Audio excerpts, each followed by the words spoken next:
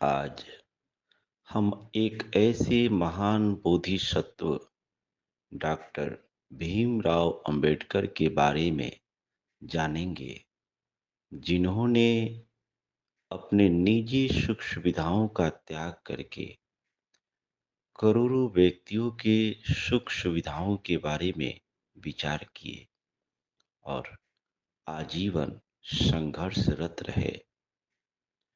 गरीबी और अपमान उनके सफलता में बाधक न बन सका। आज हम इस विषय पर इसलिए बोलने का प्रयास कर रहे हैं क्योंकि बहुत से बच्चे गरीबी का बहाना बनाकर स्वयं को शिक्षा के क्षेत्र में सफलता को प्राप्त नहीं करा पाते। संसार में बहुत से व्यक्ति हैं जो कोई न कोई कारण की तलाश करते हैं स्वयं को बचाव करने के लिए कि इस कारण से हम अपने जीवन में शिक्षा को पूरी नहीं कर पाए या कि इस कारण से हम सफल नहीं हो पाए। हमारे जीवन में यह विपरीत घटना घट गई, इस कारण से हम सफल नहीं हुए, जबकि यह बात बिल्कुल ही असत्य है। यह केवल एक बहाना है। आज 14 अप्रैल 1891 में एक ऐसे विभूति का जन्म हुआ जो पूरी दुनिया में अपना इतिहास बना लिया। डॉक्टर भीमराव अंबेडकर एक ऐसे छोटे परिवार से आ रहे थे, एक छोटे जाति से थे जिन्हें पढ़ने का कोई अधिकार नहीं था।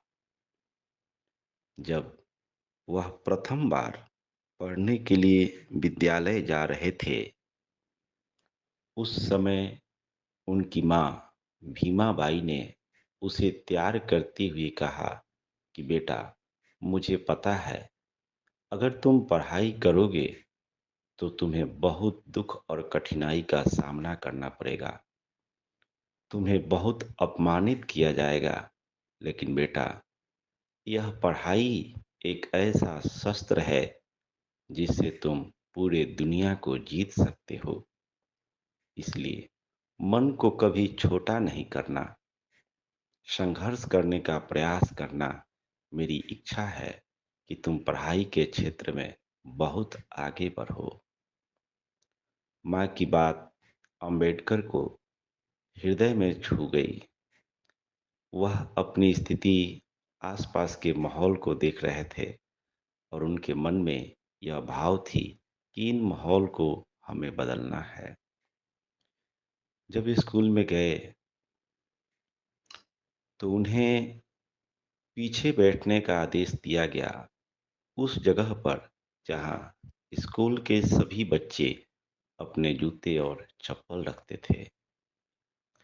सभी लोग उनसे घृणा करते थे। कोई भी बच्चा उनका साथी बनना नहीं पसंद करता था और उल्टा उनको घृणा और अपमान की दृष्टि से देखा जाता था। बार बार तिरस्कार करते सब बच्चे, घृणित करते, कटु वचन बोलते। इन सारी बातों को डॉक्टर अंबेडकर सहन करते, लेकिन लगन से पढ़ाई करते। स्कूल की ऐसी व्यवस्था थी कि छोटे जाति के बच्चे को पानी पीने का कोई अधिकार नहीं था। स्वयं अपने हाथों से मटका को छू नहीं सकता है। प्यून, जो चपरासी था विद्यालय का, वह दूर से पानी फेंक रखता था और वह पानी उसे प्राप्त होती थी, वह पानी पीते थे। जिस दिन चपरासी छुट्टी पे रहता था, उस दिन डॉक्टर अंबेडकर को पानी नहीं मिलती थी। वह पूरा दिन प्यासे ही रह जाते थे। आप जरा विचार कीजिए कि आज बच्चे को सारी सुविधाएं दी जाती है, फिर भी वह परिश्रम नहीं करना चाहता है। जिस बच्चे को अपमानित किया जाता रहा हो, जिस बच्चे को पानी पीने पर भी पाबंदी हो, थोड़ा आप कल्पना करके देखें कि उस बच्चे में कितनी हिम्मत थी, कितनी साहस थी कि बिना पानी पिए भी मुझे तो पढ़ाई करना है। क्योंकि माँ प्रथम दिन ही उसे बोली थी कि बेटा, तुम्हें तो बहुत ही अपमानित होना पड़ेगा। अगर तुम पढ़ना चाहते हो तो तुम्हें बहुत संघर्ष करना पड़ेगा, जिल्लत उठाना पड़ेगा, सबकी बातों को झेलना पड़ेगा। फिर भी तुम अगर आगे बढ़ना चाहोगे तो ही भर बढ़ पाओगे। दूसरों की बातों का जरा भी परवाह नहीं करते हुए तुम्हें संघर्ष करना होगा। जब भी अंबेडकर घर आते, माँ उन्हें सांत्वना देती, समझाती और इस तरह से उनका पढ़ाई चलते रहा। अनेक बार मन में अलग भाव उत्पन्न होता था, लेकिन फिर भी वह पढ़ाई से डिगे नहीं। जब वह 10वीं में गए, कोई साथी उनका था नहीं। जो समय मिलता था, वह पूरा समय पढ़ाई में ही बिताते थे। अर्जुन किर्लोस्कर नाम करके एक शिक्षक अंबेडकर से प्रभावित हुए। एक दिन सभी बच्चे खेल रहे थे, उस समय भी वह अकेला बगीचे में पढ़ाई कर रहे थे। अर्जुन किर्लोस्कर वहाँ एक पुस्तक लेकर के पढ़ रहे थे, तभी उनका ध्यान उस बच्चे पर पड़ा। उस बच्चे के करीब गए और उसने उन्होंने कहा कि इस यह समय तो खेलने का है और तुम अभी भी पढ़ रहे हो। अंबेडकर ने कहा कि सर, मेरा कोई साथी नहीं और पढ़ाई करना मेरी बहुत मजबूरी है। मैं चाहता हूँ शिक्षा के क्षेत्र में अपना एक पहचान बना सकूं। अंबेडकर की बातों से अर्जुन किर्लोस्कर बहुत प्रभावित हुए, बहुत खुश हुए। उसके माथे पर वो हाथ फेरना चाहे। उन्होंने कहा कि सर, मैं तो अछूत हूँ, मुझे छूने से लोग अपवित्र हो जाते हैं। इस बात पर किर्लोस्कर हंस पड़े, बोले बेटा, मैं इन बातों को नहीं मानता हूँ। मैं तुम्हें बेहद प्रेम करता हूँ और भी मैं भी चाहूँगा कि तुम पढ़कर बहुत बड़ा आदमी बनो। और उन्होंने एक पुस्तक उन्हें दी, भगवान बुद्ध के बारे में था। डॉक्टर अंबेडकर अर्जुन किर्लोस्कर को और उनके दिए हुए पुस्तक को आजीवन याद रखे, उनके प्रति कृतज्ञ रहे। धीरे धीरे उन दोनों में एक अच्छा गहरा संबंध होने लगा। अर्जुन किर्लोस्कर भी चाहते थे कि यह लड़का आगे बढ़े और उनको आगे बढ़ाने में वह सहायक बने। उनकी पढ़ाई को खर्चा उठाने के लिए वह सयाजी गायकवाड़ से मिले और डॉक्टर अंबेडकर के बारे में उन्होंने उन्हें बताया। सयाजी गायकवाड़ से मिलने के लिए अर्जुन किर्लोस्कर डॉक्टर अंबेडकर को लेकर उनके पास गए। सयाजीराव भी उनसे प्रभावित हुए और उनको स्कॉलरशिप दिया। उनके सारे खर्चा को उठाने के लिए वह तैयार हो गए और इस तरह डॉक्टर अंबेडकर अमेरिका पढ़ाई के लिए चले गए। अमेरिका और इंग्लैंड में रहकर उन्होंने बड़ी बड़ी डिग्रियां प्राप्त की। वहाँ से आने के बाद भी इतने बड़े प्रोफेसर हो गए, फिर भी उन्हें यहाँ के समाज के लोगों ने बहुत अपमान किया, बहुत तंग किया, बहुत परेशान किया। कई बार उन्हें घर से निकलना पड़ा, कई बार सड़क पे रात बितानी पड़ी, बहुत ही संघर्ष करते रहे, लेकिन वह कभी भी शिक्षा से डिगे नहीं और आगे के बारे में अनेक घटनाएं घटी, लेकिन अंततः उन्होंने सफलता को प्राप्त किया। अनेक कठिनाई जीवन में आई, अपमान सहना पड़ा, झेलना पड़ा, लेकिन प्रकृति का यह एक नियम है कि जो व्यक्ति किसी भी कार्य को करने के लिए दृढ़ संकल्प कर ले, तो असंभव कार्य भी मनुष्य के लिए संभव हो जाता है। धीरे धीरे कई ऐसे लोग मिले जो उन्हें सपोर्ट किए, उनकी सहायता दी, और इस तरह से वह शिक्षा के क्षेत्र में इतना आगे बढ़े कि पूरे भारत में उस समय में उनके जितना शिक्षित, उनकी जितनी डिग्रियां किसी के पास नहीं थी।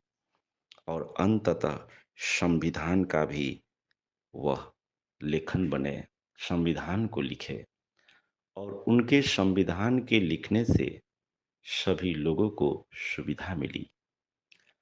आज जो छोटे जाति के लोग इज्जत का जीवन जी रहे हैं, स्त्रियां इज्जत का जीवन जी रही है, उनका श्रेय उन्हीं को जाता है।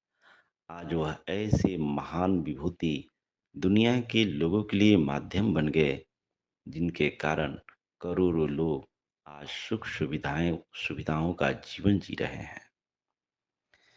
एक बात उन्होंने अपने जीवन में कहा कि मैं हिंदू परिवार में जन्म लिया, यह मेरे बस की बात नहीं थी, लेकिन मैं हिंदू परिवार में मरूंगा नहीं, यह मेरे वश में है। विश्व के तमाम दर्शन, तमाम संप्रदाय, धर्म के बारे में उन्होंने अध्ययन किया, और अंततः भगवान बुद्ध के बताए हुए मार्ग को ग्रहण कर लिया। वह 1956 में बौद्ध धर्म को स्वीकार किए।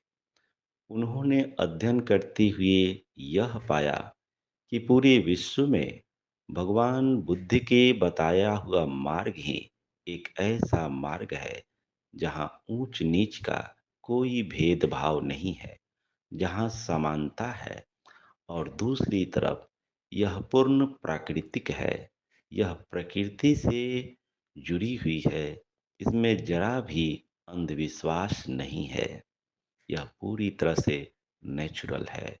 कुदरत के कानून किस तरह से काम करते हैं, उसके बारे में भगवान ने पूरी तरह से स्पष्ट शब्दों में बता दिया है।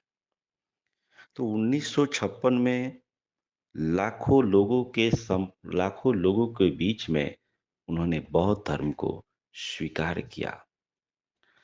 हमने बोधिसत्व इसलिए कहा, बुद्ध की परंपरा में बोधिसत्व उसे कहा जाता है जिस व्यक्ति के अंदर निर्वाण प्राप्त करने की क्षमता हो, लेकिन फिर भी वह करोड़ों लोगों के बारे में सोचता है कि अकेले मुक्ति पाने से अच्छा है कि लाखों करोड़ों लोग भी मुक्ति को प्राप्त करें। डॉक्टर अंबेडकर भी यही काम किए। वह उनके पास इतनी शिक्षाएं थी, इतनी डिग्रियां थी, कि अगर वो चाहते तो अमेरिका और इंग्लैंड में बड़े से बड़े कॉलेज में प्रोफेसर बनकर सुख सुविधा और प्रतिष्ठा का जीवन जी सकते थे। लेकिन उन्होंने अपने निजी सुख सुविधाओं का त्याग किया। वह देख रहे थे कि जिस जाति से हम आ रहे हैं, अभी तक कोई भी व्यक्ति इतना शिक्षित नहीं है। अगर मैं भी केवल अपने बारे में सोचूं और यहाँ पर सुख सुविधाओं का जीवन जीना आरंभ कर दूं, तो करोड़ों लोगों का दुर्दशा ऐसे का ऐसे ही रह जाएगा। इसलिए मुझे अपने सुख सुविधाओं का त्याग करना पड़ेगा। मुझे अपमान को स्वीकार करना पड़ेगा। मुझे कटु वचन और दूसरों के तिरस्कार को स्वीकार करना होगा। लेकिन मैं जीते जी संघर्ष करते हुए मृत्यु को प्राप्त करूंगा, और वह अपने पूरे जीवन को लोक कल्याण के लिए संघर्ष में बिताए। वह लड़ाई करते रहे, और अंततः वह विजय भी हुए। बौद्ध धर्म स्वीकार करने के बाद वह पूरी तरह से संतुष्ट और खुश हो गए, क्योंकि वह उस नियम को समझे जो पूरी तरह से प्राकृतिक है। मित्रों, हिंदू धर्म में एक तरफ ये कहा जाता है कि हम सभी मनु के संतान हैं। मनु और शत्रुपा से ही यह पूरी सृष्टि का सर्जन हुआ है। फिर भी ब्राह्मण मनुष्य को ऊंच और नीच क्यों बनाते हैं? चार वर्णों में विभाग क्यों हुआ? यह विचार करने जैसी बात है। पूरी मानव जाति एक जैसा है, फिर भी इतनी विषमता है। मनुष्य मनुष्य से इतना घृणा कर रहा था, आज भी है, लेकिन पहले की अपेक्षा बहुत कम है। मनुष्य यह समझ ही नहीं पाता है कि सारे मनुष्य एक जैसा है। फिर यह छोटी जाति, बड़ी जाति कहाँ से आ जाती है? यह मनुष्यों के प्रति एक बहुत बड़ा अपमानजनक शब्द है कि यह छोटा, मैं बड़ा। यह मूढ़ता और धूर्तता है। ऐसे धूर्त व्यक्तियों से अपनी दूरी बनाना जरूरी है। जो व्यक्ति समाज का हित न चाहता हो, समाज का भला न चाहता हो, उससे संपर्क करके हम क्या कर सकते हैं? तो डॉक्टर अंबेडकर पूरा जीवन संघर्ष करते हुए सफलता को प्राप्त किए। मित्रों, यह सच्चाई है कि कोई भी व्यक्ति अगर संघर्षरत रहे तो सफलता उन्हें निश्चित ही मिलती है। बोधिसत्व डॉक्टर अंबेडकर को हम कोटिशः नमन करते हैं। उन्होंने अपने संघर्ष के द्वारा जीवन में एक ऐसे मुकाम हासिल किया जिस जो सबके लिए गर्व की बात है। भारत भूमि के लिए बड़े ही गर्व की बात है कि आज करोड़ों लोग उनके कारण सुख शांति और सुविधा का जीवन जीते हैं। मैं पुनः उन्हें कोटि कोटि नमन करता हूँ।